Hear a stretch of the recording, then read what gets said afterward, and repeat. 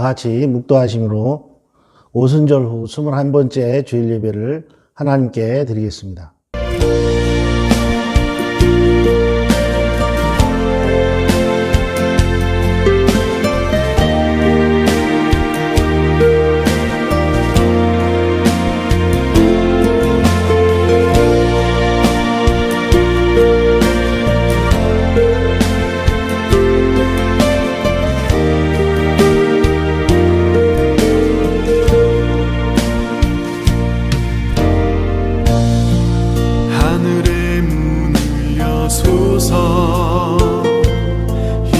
이곳을 주목하소서.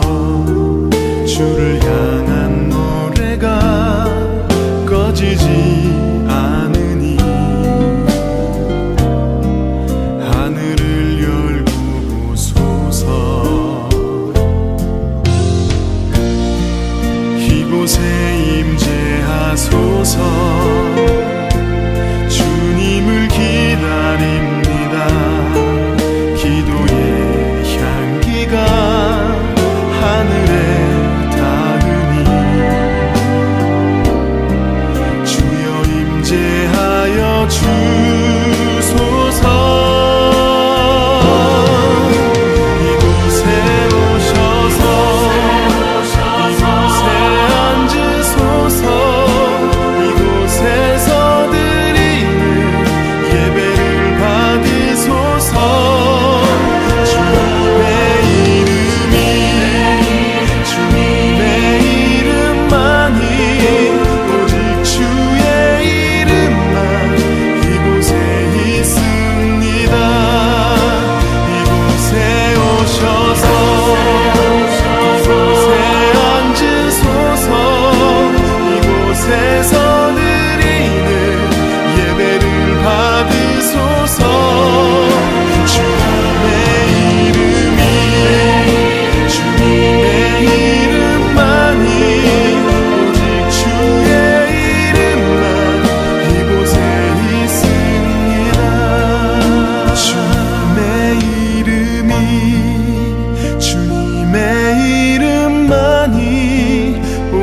주의 이름만 이곳에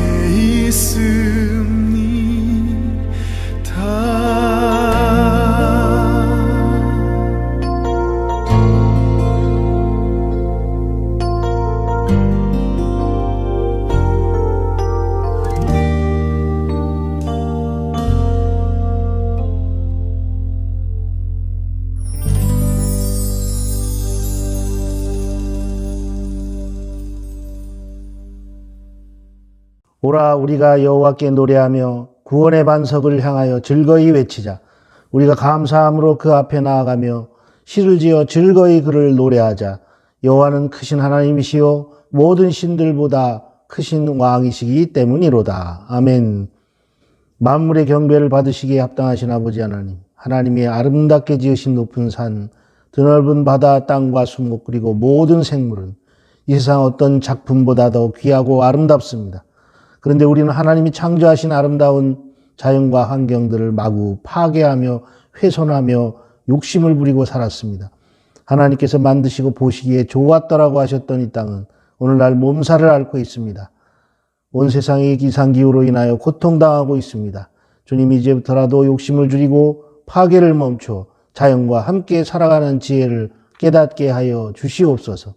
에베네셀의 하나님, 우리의 동반자가 되어주셔서 여기까지 인도하여 주신 하나님의 은혜에 감사를 드립니다.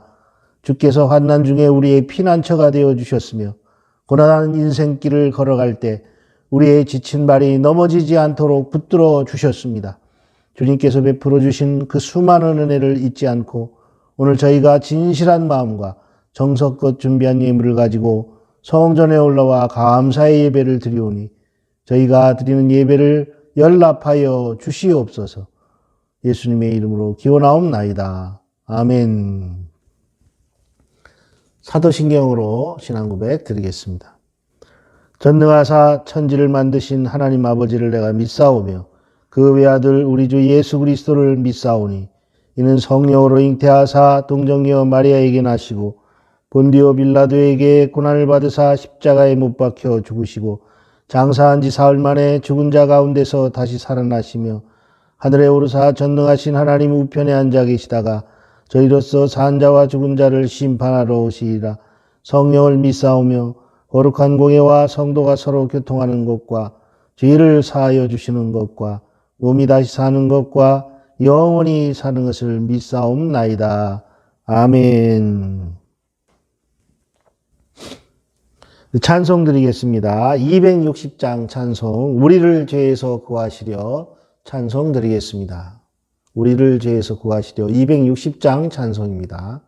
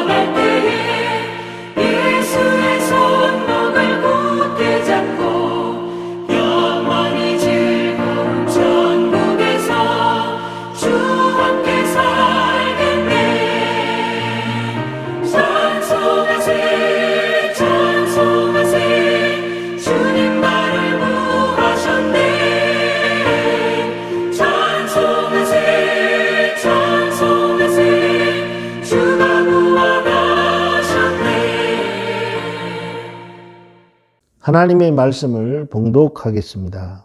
성경은 욥기 38장 1절부터 7절 말씀까지입니다.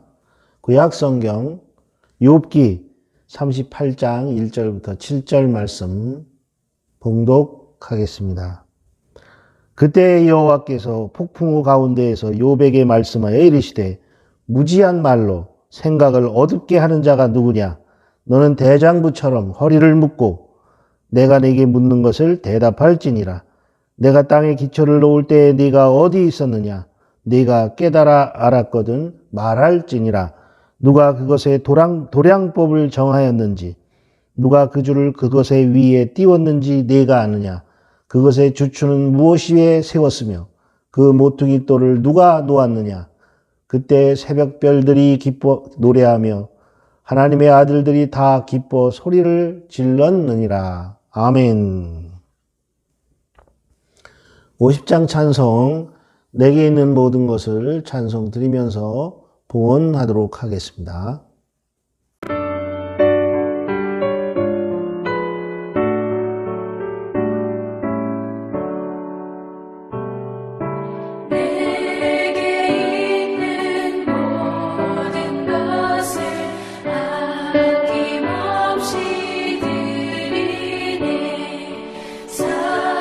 사랑하고 의지하며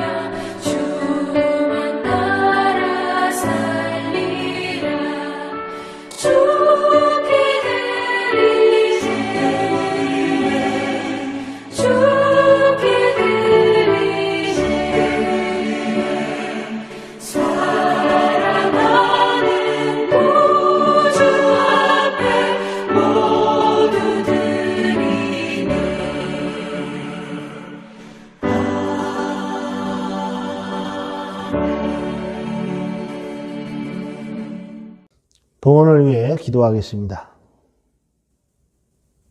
항상 기뻐하라, 쉬지 말고 기도하라, 범사에 감사하라고 말씀하신 주님.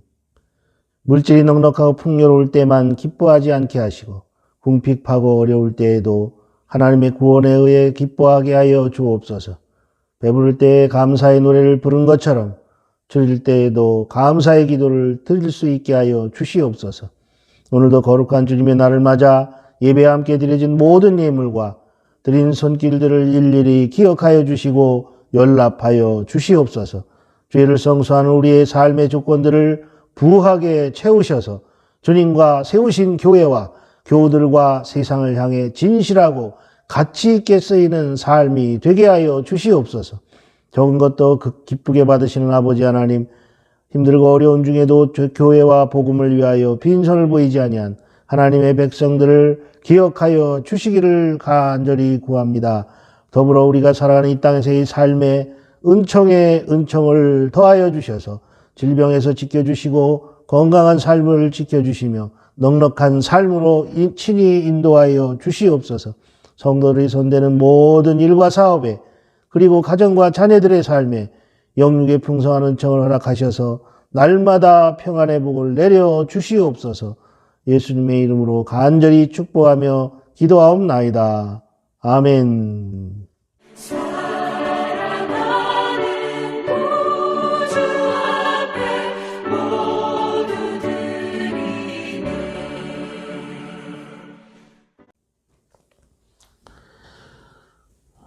광고 말씀드립니다. 중보기도 부탁드리겠습니다. 코로나가 물러나고 경제가 사회가 속히 회복되고 교류가 풀리도록 그렇게 기도해 주시고 또 예배와 교제가 완전히 회복되어서 하나님께 정말 감사할 수 있는 그런 날이 속히 오기를, 그리고 담임 목사의 복귀를 위해서 기도해 주시기 바랍니다. 모든 교우들의 건강과 또 경제적인 안정을 위해 꼭 필요할 때마다 채우시는 그런 하나님의 놀라우신 경험을 우리가 하게 해달라고 항상 기도를 멈추지 마시기 바랍니다.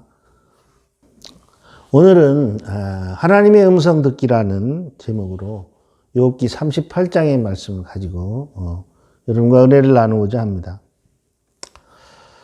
저는 오래전에 한 편의 글을 읽은 적이 있었습니다. 그래서 그 글을 읽고 내 성격과 내 태도를 돌아본 적이 있습니다. 그 글이 소설가 윤대영 교수의 글로 아마 기억을 하는데, 이 윤대영 교수가 쓴 글에 보면 그는 소리에 지나치게 민감해서 조금만 이상한 소리가 들려도 신경이 곤두서서 글을 쓸 수가 없었다고 합니다. 우리 가운데서도 유독 소음에 민감한 사람들이 많습니다. 아파트가 많은 또 한국에서는 위층에서 아이들이 뛰어다니는 소리, 또 뭐 피아노 치는 소리, 뭐 청소기 돌리는 소리, 뭐 세탁기 돌리는 소리까지도 그런 것 때문에 또 막 경비실에 막 항의하고 전화하고, 그래도 성에 차지 않으면 기어이 찾아 올라가서 따지고 주의해달라고 또 말을 또 퍼부어야만 직성이 풀리는, 그래서 그래야 견디는 사람들도 있습니다. 결국 그것이 뭐 층간소음 살인이라는 그런 엄청난 일로 발전도 하게 하지만, 어쨌든 이런 것들이 모두 노이로제 증상입니다. 소리 노이로제라고 할 수 있죠. 모든 현대인은 정도에 따라 다르지만 이런 것에 자유롭지 못한 사람들이 많습니다. 우리 스마트폰도 마찬가지죠. 항상 이게 가까운 곳에 있기 때문에 진동으로 해놔도 신경 쓰이고, 또 그 다음에 음성으로 해놔도 또 신경 쓰이고, 항상 그런 것들이 많은 노이로제를 동반하기도 합니다. 어쨌든 이 윤 교수가 의사의 권유로 뭐 클래식 음악을 들으면서 마음의 평정을 찾으려고 노력했다고 합니다. 그러다가 결혼 후에 아내의 말로 인해서 소리에 대한 그 인생의 태도가 달라졌다는 거예요. 그 아내가 결혼하자마자 그렇게 민감하게, 소리에 민감해서 어쩔 줄 몰라 하는 그 윤 교수를 보고 이렇게 얘기했다고 합니다. 모든 소리에 그토록 귀에 거슬린다면 앞으로 남은 인생을 도대체 어떻게 살아가겠느냐. 또 사람에 대한 사랑 없이 소설을 쓰는 일이 도대체 무슨 의미가 있느냐. 아직 늦지 않았으니 이제부터라도 사람들의 얘기나 사물의 소리에 적극적으로 귀를 기울이세요 하고 충고를 했다고 합니다. 마누라 말이 옳을 때가 많습니다. 어쨌든 윤 교수는 그 말을 듣고 충격을 받았다고 합니다. 그리고 그 음악보다 더 아름다운 설거지 소리, 빨래하는 소리, 전화 거는 소리, 또 아이들의 웃음소리, 그 속에서 자기가 마음을 바꿨더니 마음의 평화가 깃드는 것을 느끼게 되었다고 이야기합니다. 그래서 요즘에는 지하철이나 버스에서 조용히 눈을 감고 옆 사람들이 하는 이야기에 귀를 기울인다고 합니다. 그러면 듣다가 혼자 슬며시 웃기도 하고, 모르는 사람이 보면 혼자서 가만히 있다가 눈 감고 있다가 실실 웃고 그러면 좀 이상하게 생각할지도 모르겠지만 어쨌든 그래서 그런 소리에 귀를 기울이다 보니까 절로 마음이 안정되고 기분이 좋아진다고 했습니다. 이 세상의 많은 소리에 우리가 귀를 막고 살 수는 없습니다. 소리는 뭐 흑색 소음, 백색 소음 이렇게 나누기도 하죠. 좋은 소리, 나쁜 소리. 어쨌든 이 소리를 듣기 싫어했던 이 소설가는 처음에는 음악 소리로 치유하려고 했습니다. 소리 때문에 병을 얻었기 때문에 소리로 치료를 하려고 한 거죠. 그러나 나중에는 그 모든 소리가 우리 인생에서 참으로 경건하게 자기를 만든다는 것을 느끼고 아주 소리를 듣는 일이 거룩한 일이 되어버렸다고 그렇게 고백하였습니다. 우리는 어떻습니까? 세상의 소리를 듣지 않을 수는 없습니다. 억지로 듣지 않으려 하면은 온갖 문제와 병이 생길 수도 있습니다. 그러면 모든 소리를 다 받아들여야 되는가? 세상의 그 많은 말들이나 소리들이 내 삶의 문제를 해결해 주기는커녕 오히려 혼란으로 몰고 가는 것은 아닌지 하는 걱정이 생길 수도 있습니다. 그렇다면 어찌해야 할까요? 오늘 성경의 말씀을 한번 따라가 보십시다. 오늘 본문을 보면 여호와께서 욥에게 말씀하시는 내용이 나옵니다. 욥이라는 인물은 우리에게 고통의 상징처럼 우리에게 알려져 왔죠. 의인의 삶에 고난이 찾아오는 이유가 무엇인가 하는 질문에 대한 답변이 이 욥기에 수록되어 있기 때문입니다. 그래서 많은 사람들이 고난을 당할 때 이 욥기를 읽고 위로를 받기도 합니다. 어쨌든 하나님을 잘 섬기고 유복하게 살던 욥이 하루아침에 엄청난 재난을 당하고 병까지 걸리고 맙니다. 세상 사람들에게 별별 몹쓸 말을 다 들었고 심지어는 아내에게서조차 당신이 그래도 자기의 온전함을 굳게 지키느냐, 지신앙 그렇게 지키느냐 이거지. 하나님에 대한 신앙을. 하나님을 욕하고 죽으라는 폭언까지 듣습니다. 욥기 2장 시작하면서 2장 9절에 나오는 말씀이에요. 나는 이 성경의 이 부분을 읽을 때마다 가끔 생각합니다. 나 같은 인간은 아내가 욥의 마누라 정도는 돼야 정신을 좀 차리고 살 거라고 항상 생각하고 있습니다. 어쨌든 고난을 당한 욥에게 친구들이 찾아왔습니다. 지혜로운 사람들이었습니다. 진지한 상담자들인 아주 좋은 친구들이었어요. 그러나 가장 연장자인 대만 사람 엘리바스는 너무 원칙적인 말로써 욥을 비난했습니다. 원칙주의자예요. 수아 사람 빌닷은 치밀하고 논쟁적인 사람이어서 욥이 경건하지 못한 사람이라는 전제를 깔고 욥과 얘기를 하기 때문에 위로를 받기가 어려웠습니다. 또 세 번째로 나아마에서 온 소발은 무뚝뚝한 성격에 책망이 많았습니다. 권고하기보다는 자기는 의로운 사람인 것 같은 그런 자기는 거룩하고 욥은 거룩하지 못한 사람이라는 인상을 풍기는 거죠. 그리고 마지막에 등장한 부스 사람 엘리야가 비록 연소했지만 나이가 제일 적었지만 가장 좋은 권고를 해줍니다. 하나님은 때로 의인을 연단시키기 위해 고난을 사용하시기도 한다는 말을 해주죠. 하지만 이 네 사람 모두의 위로는 여러 가지 말들을 무성하게 펼쳐 놓았지만 정작 완전한 위로를 욥에게 주지는 못했습니다. 욥은 억울한 자신을 변호하려고 너무 많이 말을 하다가 자기도 역시 죄를 범하게 되고 말았습니다.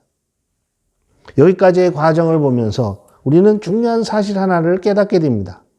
하나님께서는 인간들이 많은 말을 하고 소리를 내고 토론을 하고 또 토론을 하기까지 침묵하신다는 점입니다. 그저 조용히 듣고 계십니다. 그래서 어떤 사람들은 성경 말씀을 잘못 이해하고서 이렇게 말합니다. 성경을 읽으면 하나님께서 금방 응답해 주시지 않냐?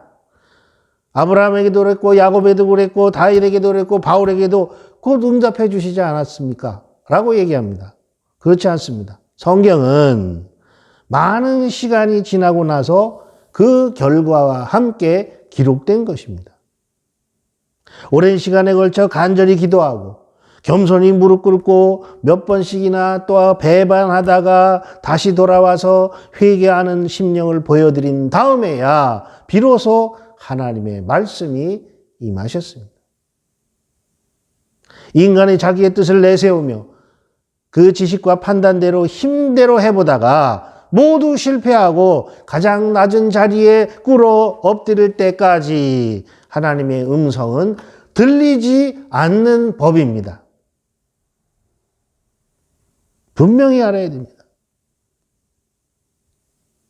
우리가 가장 낮은 자세를 취하고 꿇어 엎드릴 때까지 우리의 마음이 진실로 하나님 앞에 완전히 모든 것을 내려놓고 엎드릴 때까지 하나님의 음성은 잘 들리지 않습니다. 욥도 거기에 이르러서야 비로소 하나님의 말씀을 들을 수 있었습니다. 드디어 하나님이 개입하셨습니다. 욥의 친구들과 세상 사람들의 소리를 듣고 계시던 하나님께서 폭풍 가운데 임하신 것입니다. 무지한 말로 생각을 어둡게 하는 자가 누구냐? 아멘. 긴장감이 몰려오고 모두가 자신을 돌아보며 잠잠해질 수밖에 없는 하나님의 현현이었습니다.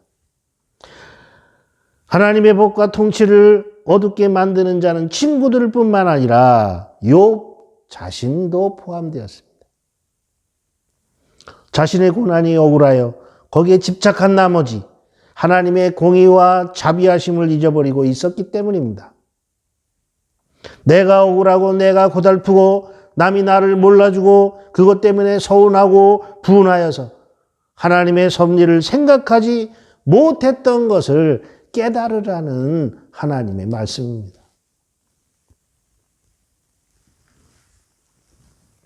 너는 대장부처럼 허리를 묶고 내가 네게 묻는 것을 대답할지니라. 아멘. 대장부처럼 허리를 묶고 똑바른 자세로 똑바른 마음가짐으로 거짓되게 하지 말고 당당히 서서 하나님 앞에 대답을 하라는 거죠. 그리고 하나님께서 말씀하시는 순서가 왔고 우리는 그 음성을 들으며 분명하게 대답해야 할 때가 되었습니다. 긴 침묵 끝에 하나님께서 우리를 찾아오실 때 우리는 대답할 것을 예비해야 합니다. 아이들은 아버지가 무조건 내 편이기를 원합니다. 내가 잘못이 있고 꾸지람을 들을 일을 했음에도 불구하고 아버지가 오셔서 내 편이 돼서 나를 달래주고 상대방을 혼내주셨으면 좋겠다고 생각하는 것입니다. 욥도 그랬습니다. 자기의 고난이 부당함으로 자기 생각엔 그랬어요. 자기 고난이 부당하다고. 자기의 고난이 부당함으로 하나님께서 친구들과 세상 사람들을 따끔하게 꾸짖어 주시고 그들의 생각이 잘못됐다고 자신을 위로해 주셨으면 하는 마음으로 가득 차 있었습니다. 그러나 하나님께서는 먼저 욥에게 이렇게 물으십니다. 욥아, 대답을 해보라. 내가 땅에 기초를 놓을 때에 네가 어디 있었느냐? 네가 깨달아 알았거든 말할지니라. 4절 말씀입니다. 욥이 어디 있었겠습니까? 아니, 하나님이 천지를 창조하실 때 욥이 어디 있었겠습니까? 하나님이 세상을 창조할 때 욥은 존재조차 하지 못했습니다. 존재조차 없었습니다. 이후에 하나님의 허락을 받아 세상에 나온 한낱 작은 피조물에 불과한 것입니다. 그런데 하나님은 왜 이런 질문을 하실까요? 피조물인 인간의 지식으로는 높고 크신 하나님의 섭리를 다 알 수 없다는 의미가 담겨 있는 것입니다. 요즘 많이 쓰는 용어 중에 빅픽처라는 말이 있죠. 큰 그림이라는 말이죠. 문자 그대로 하면 큰 그림, 큰 그림을 그려라, 큰 그림을 보라. 이런, 예? 이를테면 나무를 보는 게 아니라 숲을 보라는 말과 같죠. 작은 것에 연연하지 말고 큰 걸 보라는 말이에요. 하나님의 빅픽처를 보라는 거죠. 예? 그저 내 것만 보지 말고 하나님의 빅픽처를 보라는 거예요. 큰 그림을 그리라는 거죠. 하나님께는 인간의 관점으로는 도저히 알 수 없는 빅픽처가 있습니다. 욥의 순진함을 보여주시었고 사탄의 생각을 무너뜨리고 고난을 이겨 승리하는 진리를 세상에 나타내려는 큰 그림을 그리시고 계시는 중이라는 것이요. 욥아, 내가 과연 내 큰 그림을 알겠느냐? 하나님 질문하시는 거예요. 하나님 우리에게도 질문하십니다. 내가 과연 내 큰 그림을 알겠느냐? 빅픽처를 보아라. 큰 그림을 보아라. 하나님 편에서 그저 내 건 나만 보지 말고 자신의 모습에만 몰두하지 말고 세상을 보고 하나님을 보고 그리고 멀리서 자신을 돌아보라는 거예요. 바깥에서 나를 보라는 거예요. 정확하게 판단을 하라는 거예요. 객관적으로. 하나님은 또 물으십니다. 누가 그것의 도량을 정하였는지, 누가 그 줄을 그것의 위에 띄웠는지, 네가 아느냐? 그것의 주추는 무엇 위에 세웠으며 그 모퉁이 돌은 누가 놓았느냐? 5절과 6절의 말씀입니다. 우주의 기초에 관한 질문입니다. 이 우주를 누가 설계했는지, 이 세상을 누가 설계했는지. 요새 하여튼 이 대통령 선거 하느라고, 예?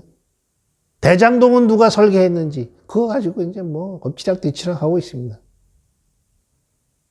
돈 먹은 놈이 죄인이죠, 그건 뻔한 거 아닙니까? 예? 국민들에게 가야 될 것, 그 돈을 최종적으로 착복한 자들이 죄인이죠. 돈 안 먹은 사람은 깨끗하고, 돈 먹은 놈은 더럽고 그런 거죠.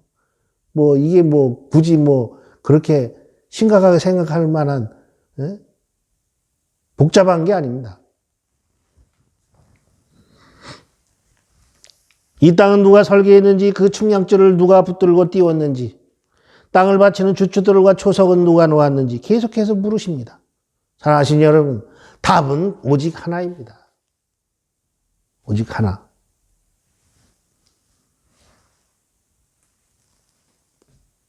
그 답이 뭐예요? 전능하신 하나님이십니다. 누가 놓았느냐, 누가 만들었느냐, 누가 길을 여느냐, 전능하신 하나님이십니다.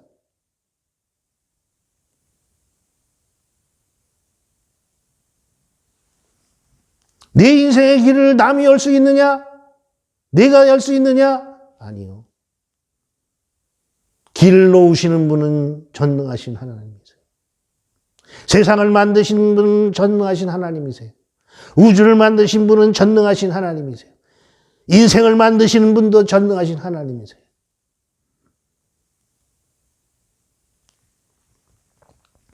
아무것도 보지 못하고 듣지 못하는 욥에게 하나님은 그때의 벅찬 기억 하나를 새겨주십니다. 욥아, 네가 알지 못하는 그 창조의 시간에 하늘의 모든 별과 천사들이 그 빛 속에서 기뻐 노래하였다. 나는 내가 측량할 수 없는 판단으로 세상을 다스리고 있다. 할렐루야. 하나님께서 창조의 기초를 놓으시자 밝은 새벽빛 속에 별들이 찬양하고 천사들이 노래가 온 땅을 덮었다고 말씀하십니다. 그때 새벽별들이 기뻐 노래하며 하나님의 아들들이 다 기뻐 소리를 질렀느니라. 7절의 말씀입니다. 하나님은 우주를 창조하고 다스리시는 크신 분이십니다. 그러므로 우리가 특히 예배를 드리는 시간에는 하나님을 찬양하는 감격과 감사가 크게 울려 퍼져야 합니다. 예배의 첫 순서로 하나님께서는 말씀으로 우리를 부르십니다. 우리는 경배의 찬송을 힘차게 불러서 하나님의 영광을 찬양함으로 하나님의 그 부르심에 응답하게, 화답하게 되어 있는 것입니다. 찬양은 죄인인 나를 불러 주심에 대한 감사의 응답인 것입니다. 이것이 진짜 찬양이에요.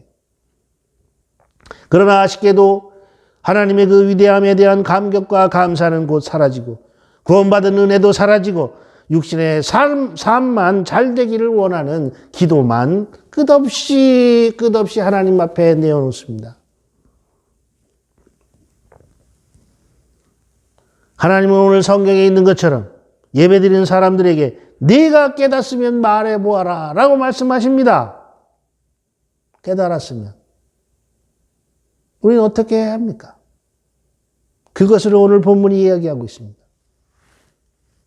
어떤 부부가 하나님께 기도를 드리기 시작했습니다.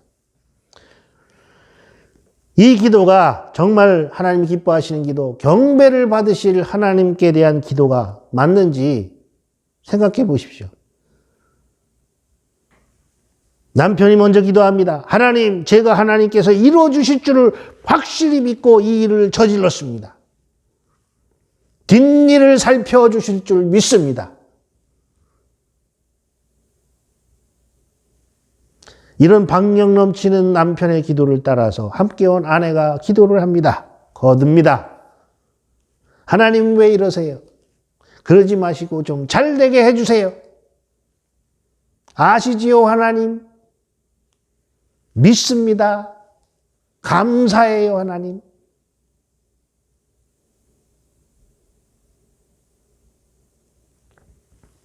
이쯤 되면 이건 하나님께 대한 협박이나 다름없습니다. 이루어질 줄 믿고 내가 저질렀습니다. 이루어 주실 줄 믿습니다. 지가 저질러 놓고 하나님한테 똥 닦아달라는 거예요.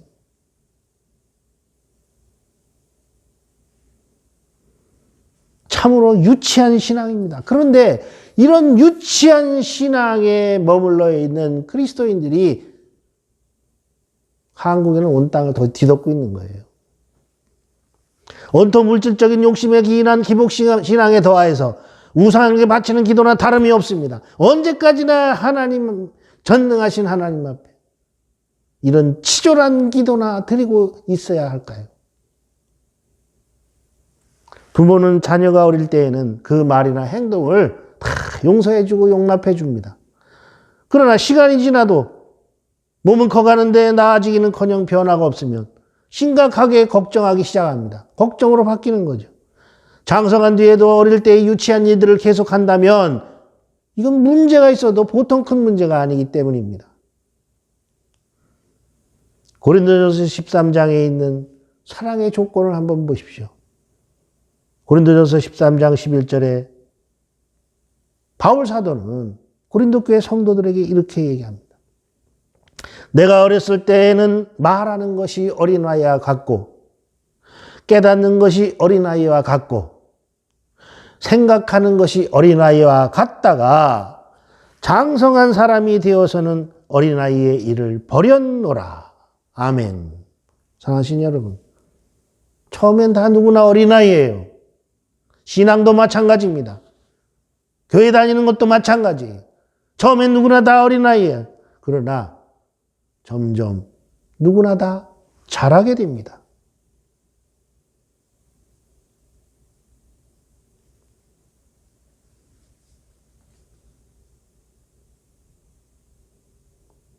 그런데 처음 시작할 때와 똑같은 그러한 행위를, 그러한 행동을, 그러한 짓을 교회를 5년, 10년 다녀도 하고 있다면 이건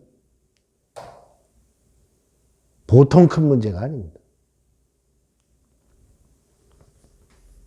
내가 어렸을 때에는 말하는 것이 어린아이 같고 생각하는 것이, 깨닫는 것이 어린아이와 같았지만 내가 장성하고 나서는 이 일들을 모두 버렸나라. 이것이 하나님을 사랑하고 하나님께 사랑받는 방법입니다. 유명한 사랑장 고린도전서 13장에 이 얘기가 있어요. 어린아이 때 일을 고치고 바꾸지 않는다면 하나님의 사랑을 받을 수 없습니다. 하나님 말씀하십니다. 너희들은 세상의 고난을 보면서 여러 가지 말로 불평을 쏟아낸다. 무식한 말로 생각을 어둡게 하는 자가 누구냐? 이제 내가 네게 묻는 말에 대답해라. 누가 이 세상을 지었느냐?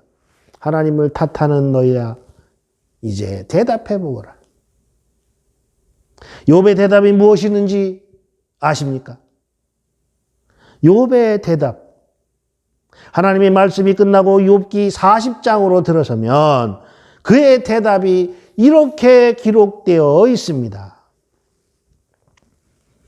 욥기 40장 3절과 4절 말씀입니다. 욥이 여호와께 대답하여 이르되 보소서, 나는 비천하오니 무엇이라 주께 대답하리이까?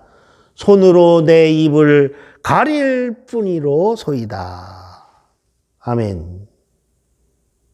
할 말이 없다는 거죠. 쉽게 얘기하면. 저는 할 말이 없습니다. 욥은 자신이 어리석어서 하나님의 위대한 섭리 앞에 이해가 부족했음을 인정했습니다. 하나님의 영광을 찬양하는 대신에 불평불만을 드러났던 것에 대해 할 말이 없다고 분명히 대답합니다. 이것이 참되고 성숙한 신앙입니다. 세상에 잘 알려진 인디언 기도문의 첫 구절을 이렇게 시작합니다. 바람 속에 당신의 목소리가 있고 당신의 숨결이 세상 만물에 생명을 줍니다. 사랑하신 여러분, 하나님을 확실히 알지 못했던 인디언들도 세상 만물을 보고 하나님이 계시다는 걸 깨달았어요. 바람 속에서 창조주이신 하나님의 음성을 들었고 그 숨결을 느꼈다고 고백을 하고 있습니다. 이제 우리는 들려오는 바람과 물소리, 그리고 사랑하는 가족과 친구들과 또 성도들의 목소리를 통해 하나님께서 이 시기에 우리에게 들려주시고자 하시는 그 말씀들을 들어야 합니다. 그렇다면 우리는 어떤 준비를 해야 할까요? 욥처럼 스스로 마음을 가다듬으며 침묵하는 자세를 가져야 됩니다. 나는 할 말이 없습니다. 하나님 말씀하여 내가 깨닫게 해주시옵소서. 내가 계속 주장하고 말한다면 하나님의 음성을 들을 수 없습니다. 침묵 속에서 하나님의 음성을 듣기, 바로 이것입니다. 침묵했던 욥의 마지막 대답이 욥의 끝에 있습니다. 욥기의 끝에 있습니다. 욥기 42장 5절과 6절 말씀입니다. 내가 주께 대하여 귀로 듣기만 하였사오나 이제는 눈으로 주를 배옵나이다. 그러므로 내가 스스로 거두어 드리고 티끌과 재 가운데서 회개하나이다. 아멘. 내가 스스로 나의 모든 행위와 나의 말들과 나의 불평과 나의 원망과 나의 잘못된 모든 것들을 이제 거두어 드리고 진실한 마음으로 하나님 앞에 회개하나이다. 욥의 대답은 바로 회개였습니다. 하나님에 대하여 귀로 들었던 소문과 지식이 이제 하나님을 직접 만나는 단계로 올라가게 만드는 것, 이것이 바로 회개입니다. 하나님에 대하여 귀로 들었고 소문과 지식 가지고 우리가 만났던 하나님, 이제 하나님을 직접 만나는 단계로 올라가는 그러한 신앙의 상승은, 그 방법은 내 욕심을 거두고 조용히 회개하는 것뿐입니다. 이 가을에 주님께서 말씀하시고 오늘날에 우리에게 주님은 말씀하시고 우리는 그 음성을 듣기 위해 욕망의 나부랭이들을 거두어들이고 회개하는 시간을 가져야 합니다. 그럴 때 우리에게 베풀어 주시는 새로운 날들, 새로운 계절들, 새로운 시간들이 더욱 큰 은혜로 깊어지게 될 것입니다. 할렐루야. 기도하시겠습니다. 씨를 뿌린 자에게 거두는 기쁨을 허락하시고 수고의 땀을 흘린 자에게 풍성한 결실의 열매를 맛보시게 하는 주님. 밭을 갈고 씨를 뿌린 농부들이 들녘에서 땀의 결실을 거두어 드리는 때입니다. 땀의 결실을 거두는 농부들의 얼굴에 기쁨과 웃음이 넘치듯이 우리도 씨를 뿌리고 심은 것들 그간의 모든 수고와 고생을 보상받게 하여 주옵소서. 씨 뿌린 농부가 풍성한 열매를 거둬들인 같이 우리도 복음의 씨를 힘써 뿌리고 때에 따라 기쁨으로 거두어 하나님 나라의 곳간에 알차게 쌓는 복된 자들이 되게 하여 주시옵소서. 예수님의 이름으로 기도하옵나이다. 아멘. 축도로 예배를 마치겠습니다. 우리를 모든 죄와 심판에서 건지기 위하여 십자가에서 거룩한 대속의 피를 흘리신 우리 주 예수 그리스도의 크신 은혜와 사랑하는 자에게 구원을 베풀어 주시기를 기뻐하시는 하나님 아버지의 무한하신 사랑하심과 죄를 깨닫게 하시는 성령님의 교통하심이 죄의 자리를 떠나 은혜의 자리로 축복의 자리로 나아가는 모든 성도들 머리 위에 영원토록 함께 하시기를 간절히 축원하옵나이다. 아멘.